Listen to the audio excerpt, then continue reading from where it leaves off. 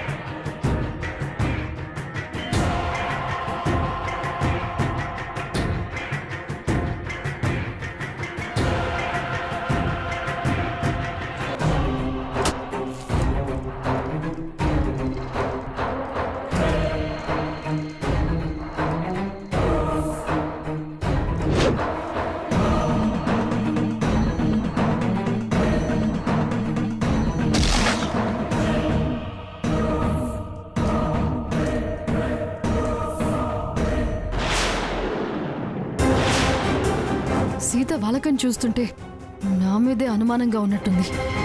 పంప తీసి వీర్రాఘవని ఇదేమీ చేయలేదు కదా?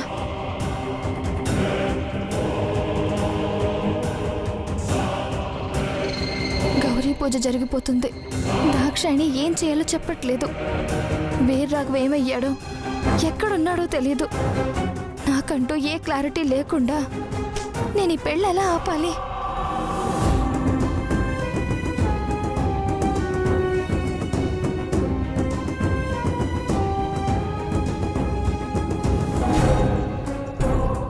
సీత, ఒకసారి ఇలారా. తను సీత, నా భార్య. బాబు మారుతి, పెళ్లి కొడుకుని త్వరగా తీసుకురా బాబు. వెళ్ళు, త్వరగా వెళ్ళు.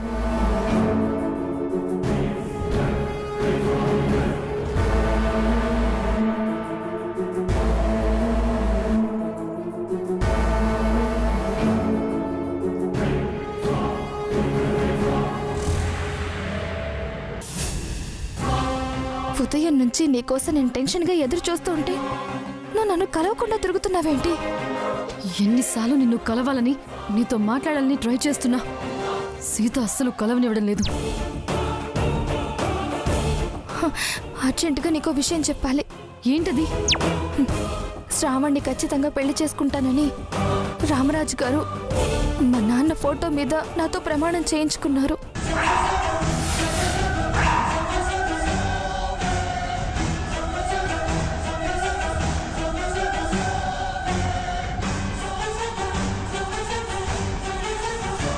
అతను ప్రమాణం చేయమంటే నువ్వు చేసేసావా? చేశాను. ఇష్టప్రకారమే మనస్ఫూర్తిగా శ్రవణ్ణి పెళ్లి చేసుకుంటున్నానని మీ నాన్నగారి ఫోటో మీద ప్రమాణం చేసి చెప్పమ్మా.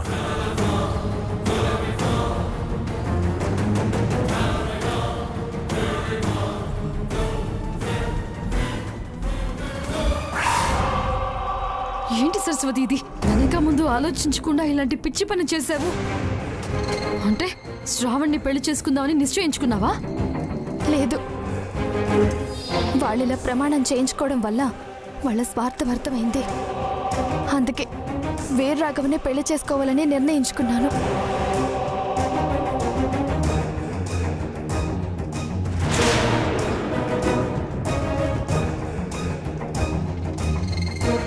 మరిప్పుడు నేనేం చెయ్యాలి? వీర్రాఘవేడే. నువ్వేం టెన్షన్ పడకు, వీర్రాఘవ వస్తాడు. అన్నీ అనుకున్నట్టే జరుగుతాయి.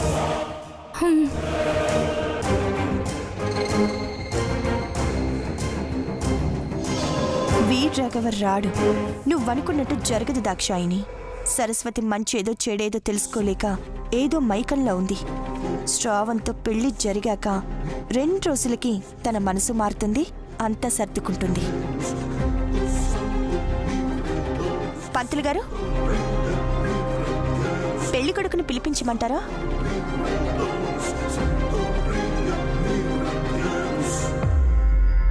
పిలిపించండి అమ్మా, ముహూర్తానికి టైం అవుతుంది. నాని, నువ్వు వెళ్ళి శ్రావణ్ణి తీసుకురా. అలాగే వదినా.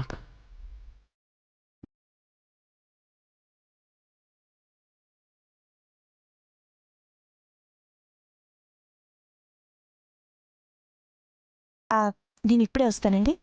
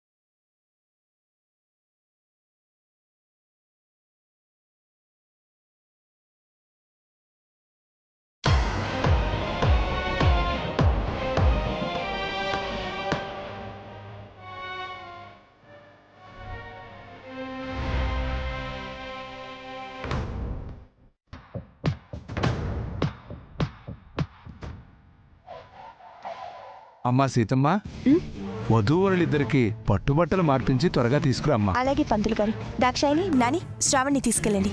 సరస్వతి రానయ్య. రా.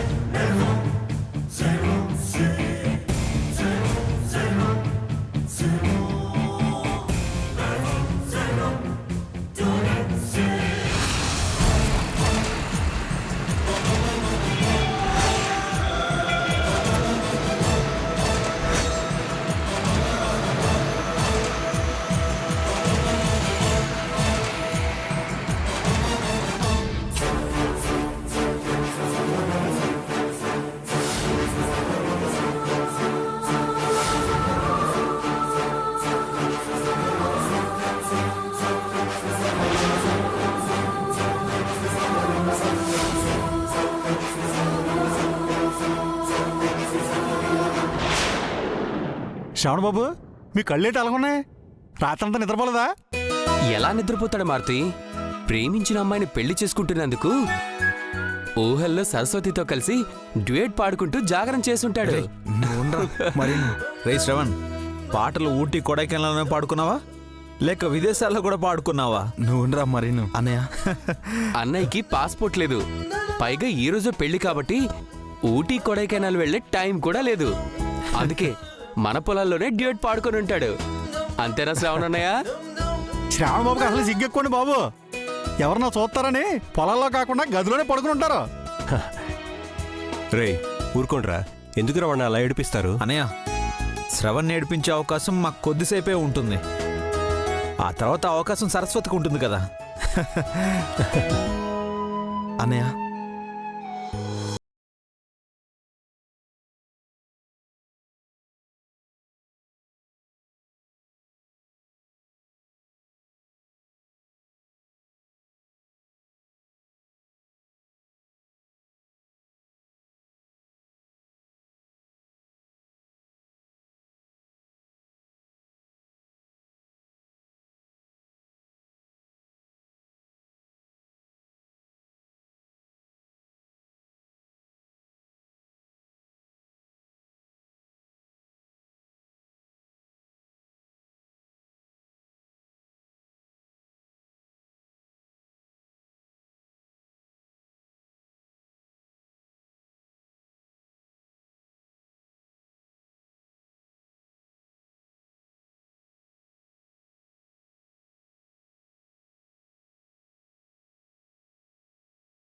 ఆశీర్వదించు తాతయ్య. ఇప్పుడే వస్తున్నారా తాతయ్య గారు? అవును రామరాజు, మా ముసిళ్ళు రెడీ అయ్యేసరికి ఇదిగో ఈ టైం పట్టింది. దాంతో వేగలాగా చచ్చిపోతున్నాను అనుకో.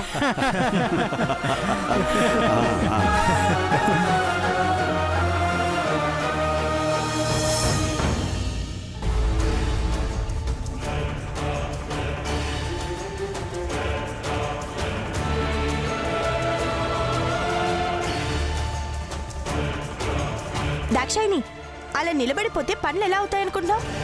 ఇలా రా, కొంగు సరిచేయి. రా, తనకి బాస్కం కట్టు.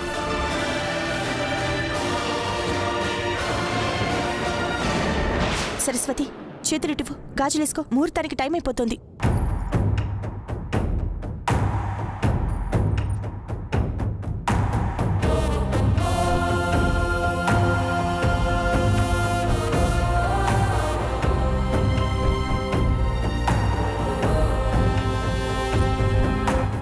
దాక్షాయిని బాస్కం కట్టు.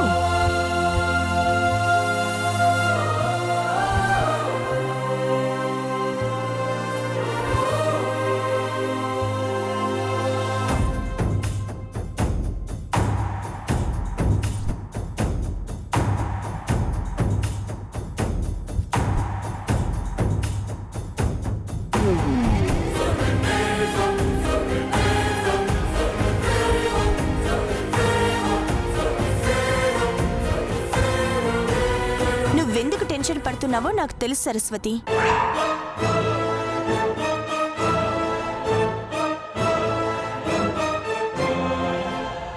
నువ్వు అనుకుంటున్నట్టు నువ్వు ఆలోచించుకున్నట్టు వాడు రాడు సరస్వతి.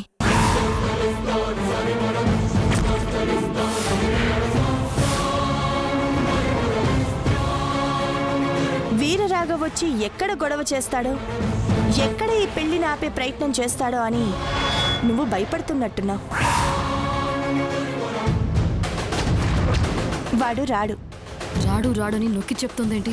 ఒకవేళ సీతే వీరరాఘవని ఏదైనా చేసుంటుందా? వాడి ఆచూకీ తెలియట్లేదే.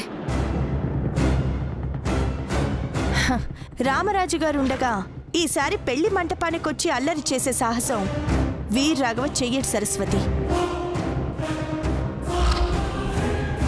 తెగించొచ్చినా మా అందర్నీ దాటి నీ దాకా రాలేడు. నువ్వు ధైర్యంగా ఉండు.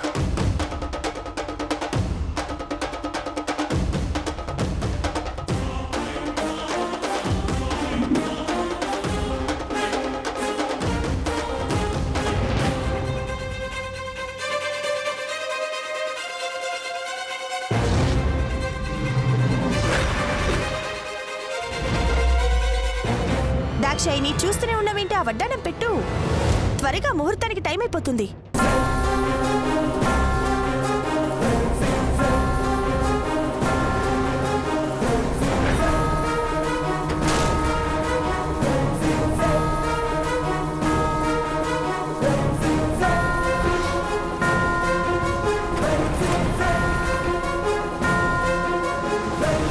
అమ్మాయి సీత, ఏర్పాట్లన్నీ పూర్తయ్యాయిగా? పూర్తయ్యాయి గాని నువ్వేంటి బామ్మ ఇంత ఆలస్యంగా వచ్చావు?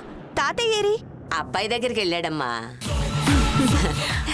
పెళ్లి కూతురుగా కుందన బొమ్మలా ఉన్నావమ్మా. ఎన్ని అవాంతరాలు సమస్యలు వచ్చినా అన్నీ తొలగిపోయి శ్రవణ్ లాంటి మంచి కుర్రాడు నీకు భర్తగా రాబోతున్నాడు. నీ కష్టాలన్నీ తీరినట్టే అమ్మా. బామ్మ, మనం మండపం దగ్గరికి వెళ్దాం పద. దాక్షాయిని, అలాగేనమ్మా. తొందరగా రెడీ చేయి. దాక్షాయిని, ఇప్పుడేంటి పరిస్థితి? నువ్వేం టెన్షన్ పడకు సరస్వతి, నేను చూసుకుంటాను.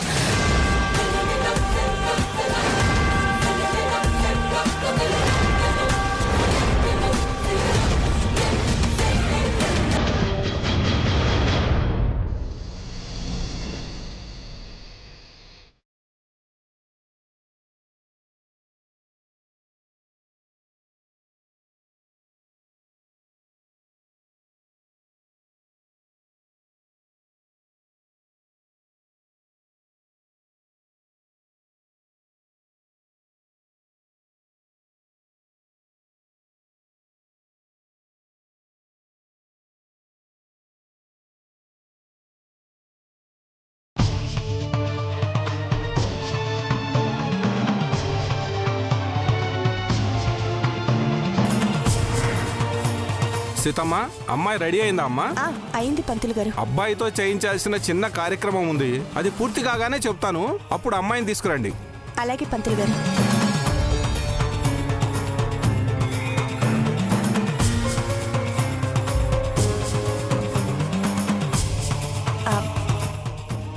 ఏమండి, నేను వెళ్ళి వంటలు ఎంతవరకు వచ్చాయో కనుక్కొని వస్తాను.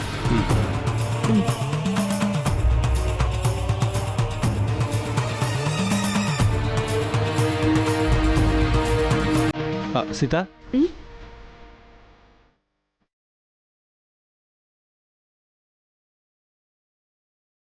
ఏంటండి?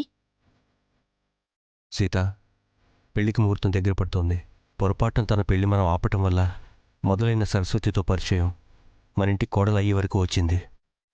ఈ మధ్యలో ఎన్నో అపార్థాలు, గొడవలు, బాధలు, నిందలు ఇవన్నీ ఎదురైనా కూడా అన్నీ దాటుకుని మనం ఇంతవరకు వచ్చాం. కానీ శ్రావణ్ మీద ఇష్టంతోనే మనస్ఫూర్తిగానే ఈ పెళ్లికి ఒప్పుకుంటోంది అంటావా? మీకిప్పుడు ఆ అనుమానం ఎందుకు వచ్చిందండి? తన తండ్రి ఫోటో మీద ఒట్టేసి సరస్వతి మాట కూడా ఇచ్చింది కదా. మాట ఇచ్చింది, కాదనలేదు. కానీ శ్రావణ్తో పెళ్ళి అనుకున్న దగ్గర నుంచి నేను సరస్వతిని గమనిస్తూనే ఉన్నాను. పెళ్ళంటే ఆడపిల్ల ముఖంలో కనిపించాల్సిన సంతోషం ఈ క్షణం వరకు తనలో నేను చూడలేదు. ఏదో టెన్షన్లో ఉంటుంది. తను ఈ పెళ్లి చేసుకుంటే జీవితం బాగుంటుందా లేదా అన్న సందేహం కనిపిస్తోంది. శ్రావణ్ని పెళ్లి చేసుకుంటే నష్టపోతామని వేరే రాగంలో లేదో మరొకరినో సరస్వతిని భయపెట్టడం లేదా మభ్యపెట్టడం చేస్తున్నారనిపిస్తోంది.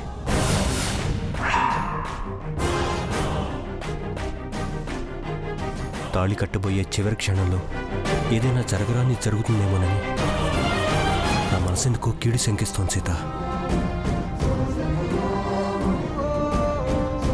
మనం బలవంతం పెట్టబట్టే సరస్వతి పెళ్లి ఒప్పుకుందేమో. నా మీద గౌరవంతోనూ కాదనలేక తండ్రి ఫోటో మీద ప్రమాణం చేసిందేమో. ఎందుకైనా మంచిది ఒకసారి సరస్వతితో మాట్లాడదాం. మనస్ఫూర్తిగానే శ్రవణ్తో తాళి కట్టించుకుంటుందో లేదో క్లారిటీ తీసుకుందాం సీత.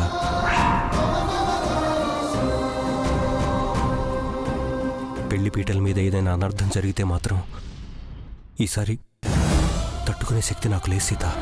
ఏమండి, మీకు కలిగిన అనుమానాన్ని బట్టి మీకు అలా అనిపించడం సహజం. మీరు భయపడుతున్నట్టు అలా ఏదీ జరగదు.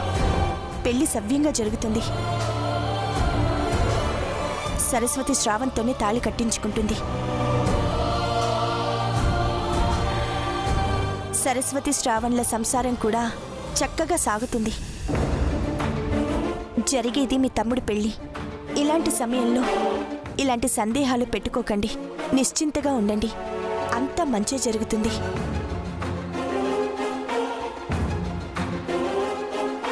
ఏం కాదు, పెద్దగా టైం కూడా లేదు. మీరు వెళ్ళండి.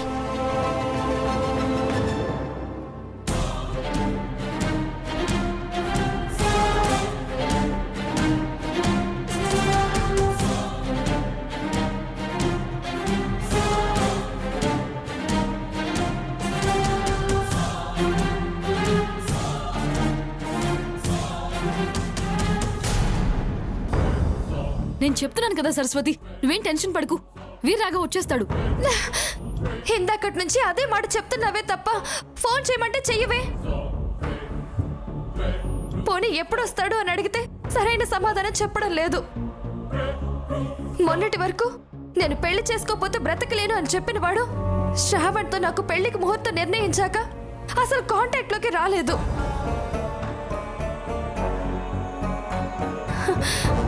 ఈ మండపం నుంచి నన్ను ఎలా తీసుకుని వెళ్తాడో, నన్ను ఎప్పుడు పెళ్లి చేసుకుంటాడో కూడా చెప్పలేదు. ఈ పరిస్థితుల్లో నేను వెళ్ళి ఎలా పెళ్లి పీటల మీద కూర్చోవాలి? నాకు ఈ పెళ్లి ఇష్టం లేదు అని ఏ ధైర్యంతో చెప్పాలి? అయితే ఇప్పుడు ఏం చేయమంటావు సరస్వతి? వీర్రాకు నన్ను పెళ్లి చేసుకుంటాడో లేదో నాకు అనవసరం. ఊగిసలాడుతూ నేను తాళి కట్టించుకోలేను. ముహూర్తం సమయానికి పెళ్లి ఆపను లేను.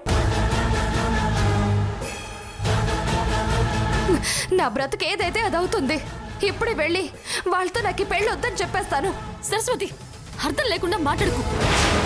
నీ మీద ప్రేమ పెంచుకున్న వీర్రాఘవ సరిగ్గా పెళ్లి నిశ్చయమైన దగ్గర నుంచి జాడ లేదంటే నీకు అర్థం కావడం లేదా? అతన్ని వీళ్ళే ఏదో చేశారని. నా అనుమానం నిజమైతే వీర్రాఘవ గొడవ చేసి ఈ పెళ్లి ఆపకూడదని నీ మెళ్ళో తాళి పడే వరకు బయటికి రానివ్వకుండా ఆ సీత కాని ఆ రామరాజు కాని అతన్ని దాచుంటారు.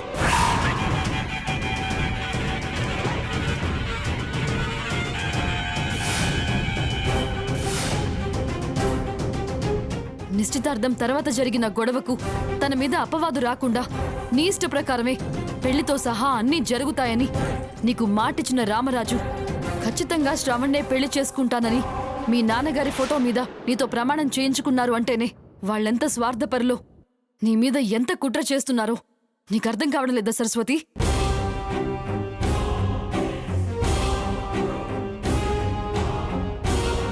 నువ్విప్పుడే వెళ్ళి శ్రావణ్ణి పెళ్లి చేసుకోను అని చెప్తే వీర్రాఘవని శాశ్వతంగా బయటికి రానివ్వరు.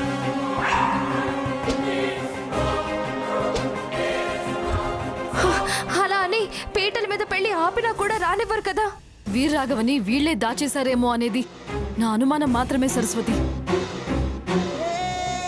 కనురెప్పు మాటలో సునామీ వందల ప్రాణాలని కబలించి వేస్తుంది. నీ ముహూర్తానికి ఇంకా పావుగంట సమయం ఉంది. ఈలోపు ఏదైనా జరగొచ్చు. నేనున్నాను, నువ్వు ధైర్యంగా ఉండు.